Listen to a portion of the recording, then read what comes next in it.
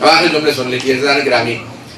بہت سے مطالب ذہن میں لے کے آیا تھا، میں نے جتنا ہو سکتا تھا خلاصہ کیا کہ آپ کے سامنے مفہوم پیش کر سکوں. آج امام زمانہ کا دن ہے. آج ہم کس کی رعیت ہیں، کس کی حکومت میں زندہ ہیں. اپنے آپ کو لاوارث نہ سمجھیں. ہر آدمی یہ کہے کہ میں لاوارث نہیں ہوں، میرا ایک وارث موجود ہے، ان کا امام زمانہ نام.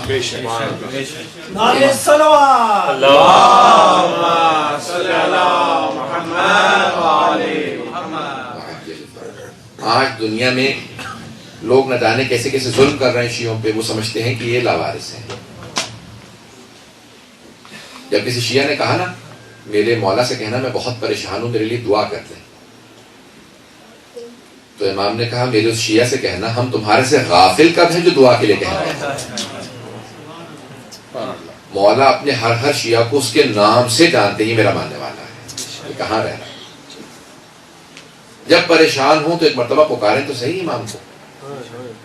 جب زیادہ پریشان ہو جاؤ تو ایک مرتبہ روایت کے الفاظ ہیں کھلے آسمان کے نیچے آ کے 3 مرتبہ قبلہ کا رخ کر کے کہو یا صاحب الزمان ادرکنی، یا صاحب الزمان ادرکنی، یا صاحب الزمان ادرکنی. پھر محسوس کرو کہ امام موجود ہے. نجف اشرف کے بہت بڑے عالم تھے، عارف تھے. آیت اللہ بہجت کے، علامہ طباطبائی، تمام جتنے بڑے بڑے عرفاء گزرے نا ان سب کے استاد سید علی آغا قادی، آغا قادی طباطبائی، علی آغا قادی نام سن رکھا ہوگا. تو وادی السلام میں ان کی قبر ہے. بہت بڑے عارف تھے. ان سے کسی نے سوال کیا آغا آپ نے کبھی امام زمانہ کی زیارت کی ہے؟ کبھی آپ نے دیکھا؟ تو انہوں نے کہا میں اس کو شیعہ ہی نہیں مانتا جو ہر روز صبح امام کی زیارت نہ کرتا ہو. وہ شیعہ ہی نہیں ہے جو ہر روز صبح امام کی زیارت نہ کرتا ہو. بہت سے لوگ پریشان ہو گئے ہیں، بہت سے لوگ تو گھبرا رہے ہیں کیا مطلب شیعہ نہیں کیا. کہا وہ شیعہ ہی نہیں جو امام کی ہر روز صبح زیارت نہ کرتا ہو. کہا کیسے، ہمیں تو کسی کو زیارت نہیں ہوتی.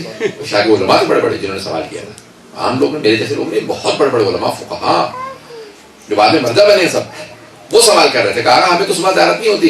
کہا یہ کیسے ہو سکتا ہے کوئی عاشق امام زمانہ ہو، صبح کرے آنکھوں کے سامنے امام نہ آتے ہو.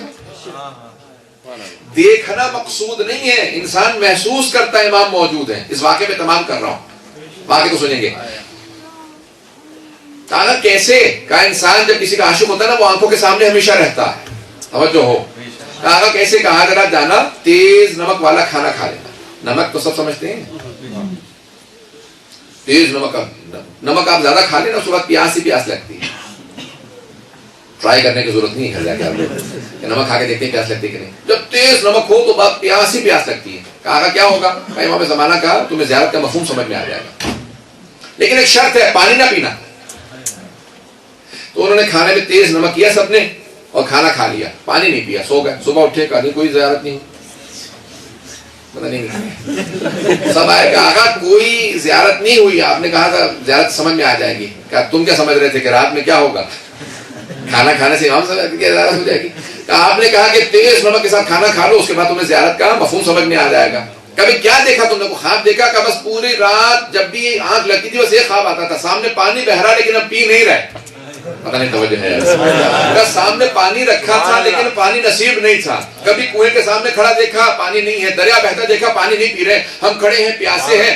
کہ جب اتنی نمک کی انسان کو شدت سے زبان پہ نمکینیت محسوس ہو رہی ہو کہ انسان بغیر پانی پیے سو جائے تو پوری رات خواب میں پانی ہی نظر آتا ہے.